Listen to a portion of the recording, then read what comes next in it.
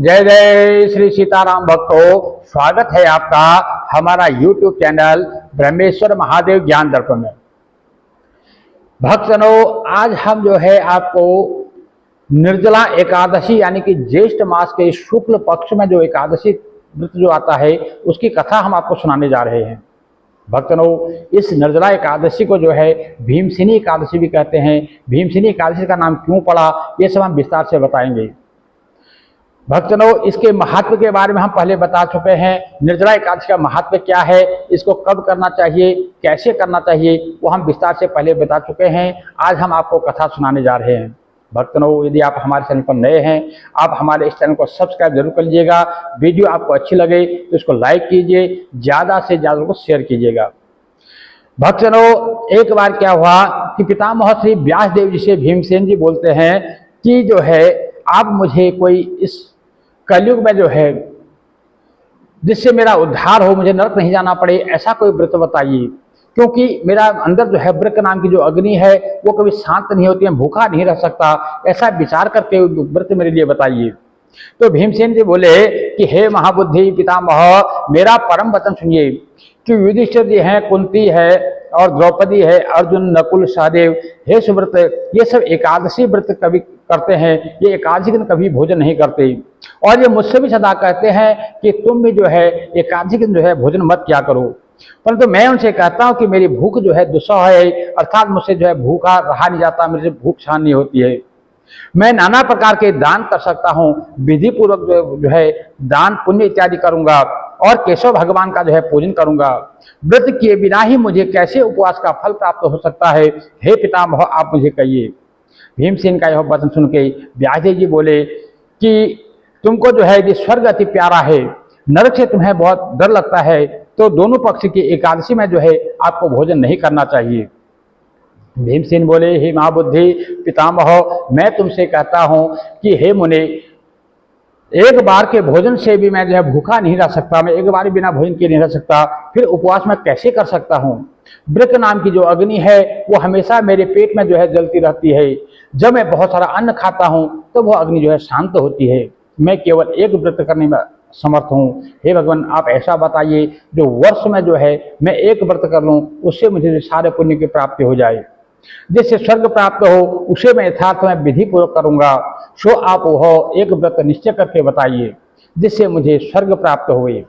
तो व्यासदेव जी बोले कि हे नाराधिप, तुमने मुझसे मनुष्य के और उसके वेद के कहे हुए धर्म सुने, परंतु कलयुग में उनका करना कठिन है। सहज जिसका उपाय है और जिसमें धन भी थोड़ा लगता है और क्लेश के बिना ही बहुत सारा फल मिलता है और जो सब प्राणों का सारभूत है, सो मैं तुमसे कहता हूँ। जो दोनों पक्षों में एकादशी के दिन जो है भोजन नहीं करता वह नरक को कभी नहीं जाता। व्यास जी के वचनों को सुनकर के महाबाहु भीमसेन पीपल के पत्ते के समान जो है कांप गई और भयभीत होकर के बोले। भीमसेन कहने लगे कि हे पितामह, मैं क्या करूं, व्रत करने की मुझ में सामर्थ्य नहीं, और इसलिए हे प्रभु बहुत फल देने वाला एक व्रत मुझसे कहिए। तो व्यासदेव जी बोले कि हे कि बुध के, वृक के अथवा मिथुन के सूर्य में ज्येष्ठ के शुक्ल पक्ष की जो एकादशी होती है, सो यत्न से उसका निर्जल व्रत करना चाहिए। स्नान में और आचमन में भी जल वर्जित नहीं है। आचमन के जल का प्रमाण कहते हैं कि मासे भर जल से, अर्थात जिसमें मासे भर का स्वर्ण डूब जाए उतना जो है आप जल आचमन के रूप में ग्रहण कर सकते हैं। यह शरीर शुद्ध करने वाला पवित्र आचमन कहलाता है। गौ के कान के समान किए हुए हाथ से एक मासे के प्रमाण भर जल पीवे, उससे न्यून या अधिक हो तो मद्यपान के समान है। अन्न का भोजन न करे और अन्यथा व्रत भंग होता है। एकादशी के सूर्योदय से द्वादशी के सूर्योदय तक भोजन न करे और न जल पीवे, तो बिना यत्न किए 12 एकादशी का फल उसे प्राप्त होता है। द्वादशी का निर्मल प्रभात होने पर स्नान कर फिर विधि पूर्वक ब्राह्मणों के साथ भोजन करे। इस प्रकार करने से जो पुण्य होता है, हे भीमसेन, उसे तुम सुनो। संवत्सर के मध्य में जो एकादशी होती है उन सबको सबों का फल इस एकादशी में प्राप्त होता है, इसमें संदेह नहीं है। शंख चक्र और गदा को धारण करने वाले भगवान ने मुझसे कहा है कि सब धर्मों को छोड़कर एक मेरी शरण में आओ। एकादशी के दिन निराहार व्रत करने से मनुष्य जो है सारे पापों से छूट जाते हैं। कलयुग में द्रव्य की शुद्धि नहीं है और स्मार्ट संस्कार भी नहीं है, और दुष्ट कलयुग में के प्राप्त होने पर वैदिक तो है ही नहीं। हे वायुपुत्र, तुमसे बहुत क्या कहूँ, दोनों पक्षों के एकादशी के दिन भोजन न करे और ज्येष्ठ के शुक्ल पक्ष की एकादशी को जो है निर्जल व्रत करे, अर्थात उसमें जल भी ना पीवे। इस व्रत के से जिस फल की प्राप्ति होती है, हे वृकोदर, सो तुम सुनो। सब तीर्थों जो स्नान, सब तीर्थों में जो स्नान का पुण्य होता है, सब दानों का से जो फल होता है, हे वृकोदर, इसका व्रत करके ही वह सब फल प्राप्त हो जाता है। जो वर्ष भर शुक्ल पक्ष और कृष्ण पक्ष की एकादशी का फल होता है, इस एक ही एकादशी के व्रत के से धन धान्य बल आयु को देने वाली और पुत्र तथा आरोग्य रूपी फल को देने वाली जितनी एकादशियां हैं, उन सबका फल जो है इस मात्र एक निर्जला एकादशी से प्राप्त हो जाता है। हे नरव्याधव, यह मैंने तुमसे सत्य कहा है, और बड़े शरीर के भयंकर काले पीले यम के दूत भयानक दंड और फांसी को लिए हुए उसके समय फिर कभी नहीं आती। पीताम्बर ढांके हुए सौम्य रूप चक्र हाथ में लिए हुए, जिनका वेग मन के समान है, ऐसे विष्णु के दूत अंत काल में उसके व्रत करने वाले मनुष्य को विष्णुपुरी को ले जाते हैं, अर्थात उसको यमराज नहीं बल्कि श्री हरि भगवान विष्णु के दूत आकर के उनको वैकुंठ धाम को ले जाते हैं, साकेत धाम को ले जाते हैं। इसलिए सब यत्न से यह निर्जल उपवास करना चाहिए। इसमें जल धेनु का दान करे, मनुष्य सब पापों से छूट जाता है। हे जन्मेजय, यह सुनकर भीम ने इस व्रत को किया। हे राजन, इसलिए सब पापों की शांति के लिए यत्न से उपवास सहित हरि का पूजन करो। हे देवेशव, आज मैं जल वर्जित करूंगा। हे अनंत देवेशव, तुम्हारे वासर से दूसरे दिन भोजन करूंगा। इसके बाद इस मंत्र का उच्चारण करके उपवास में तत्पर हुए। सब पापों के नाश के लिए श्रद्धा और दम जो इंद्रियों का वश करना है, उसके द्वारा व्रत करे। सुमेरु और मंदाचल के समान स्त्री या पुरुष पाप एकादशी के प्रभाव से भस्म हो जाते हैं। यानी हमसे कितने बड़े से बड़े पाप हो गए हों, यदि जब कोई, चाहे वो स्त्री हो चाहे वो पुरुष हो, यदि वो एकादशी का व्रत कर लेते हैं, एकादशी के प्रभाव से सारे पाप जो है नष्ट हो जाते हैं। वस्त्र में लपेट के स्वर्ण समेत घट का दान करना चाहिए, और जो इस निर्जल एकादशी में जल न पीने का भी नियम करता है, वही पुण्य का भागी होता है। अर्थात इसका नाम ही जो है निर्जला एकादशी है। अर्थात इसमें मेरे संकल्प में ही कर ले कि मैं आज इस व्रत में जो है जल नहीं पीऊंगा।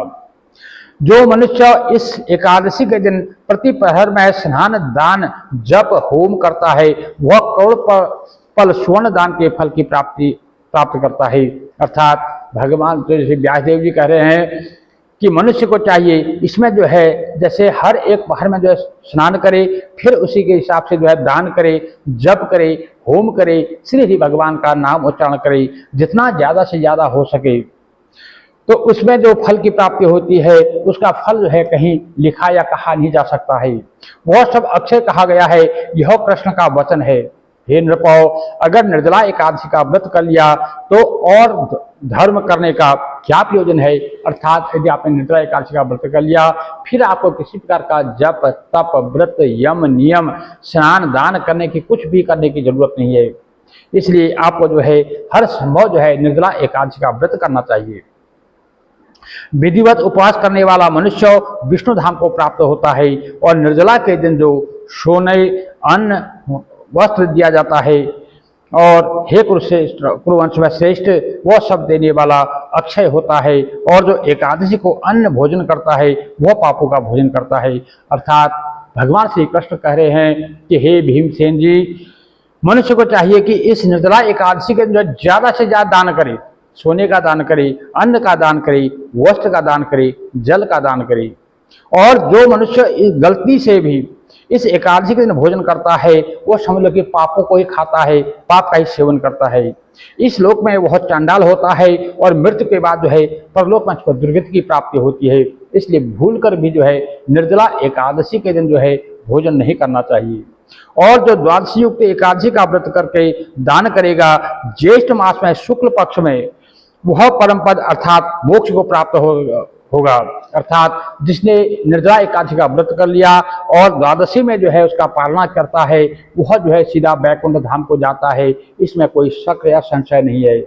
कोई ब्रह्म हत्यारा हो, कोई मद्यपी हो, कोई चोर हो, कोई गुरु से द्वेष करने वाला हो, जो सदा झूठ बोलने वाला हो, इन सबों में जो एकादशी व्रत करते हैं वे सब पापों से छूट जाते हैं। अर्थात कहने का मतलब है कि जिन्होंने इससे पहले कोई पाप गलती से भी हो गए हैं, यदि उन्होंने एकादशी का व्रत कर लिया तो मानो उनके सारे पाप छूट गए। और इसका मतलब ये नहीं कि हम पाप करते जाएं और एकादशी का व्रत करते जाएंगे तो हमारे पाप छूट जाएंगे, ऐसा नहीं है। हमसे गलती में जाने अनजाने में जो पाप हो गए हैं, हमें उन पापों से छुटकारा पाने के लिए एकादशी का व्रत करना चाहिए। हे कुंती के पुत्र, निर्जला एकादशी के दिन जो विशेष है उसे सुनो। श्रद्धा का दम द्वारा युक्त होकर स्त्री पुरुष को यह करना चाहिए कि जलसाई का पूजन करे, जलसाई का पूजन करे और जलमयी धेनु का दान करे। हे नृपश्रेष्ठ, अथवा प्रत्यक्ष गौ का दान करे अथवा घृत की धेनु का दान कर उसके साथ में नाना प्रकार के मिष्ठान देके दक्षिणा से ब्राह्मण को संतुष्ट करना चाहिए। उनके संतुष्ट होने से मोक्ष को देने वाले श्री हरि भगवान जो है संतुष्ट होते हैं। इसलिए कहते हैं कि जो इस निर्जला एकादशी के दिन जो गाय का दान करता है, मिष्ठान का दान करता है, बहुत सारी दक्षिणा इत्यादि देकर के ब्राह्मण को संतुष्ट करता है, तो कहते हैं श्री हरि भगवान जो है उसे अति प्रसन्न होते हैं। जिनके द्वारा इस एकादशी का व्रत नहीं किया गया, उनके द्वारा अपने आत्मा से द्रोह किया गया है।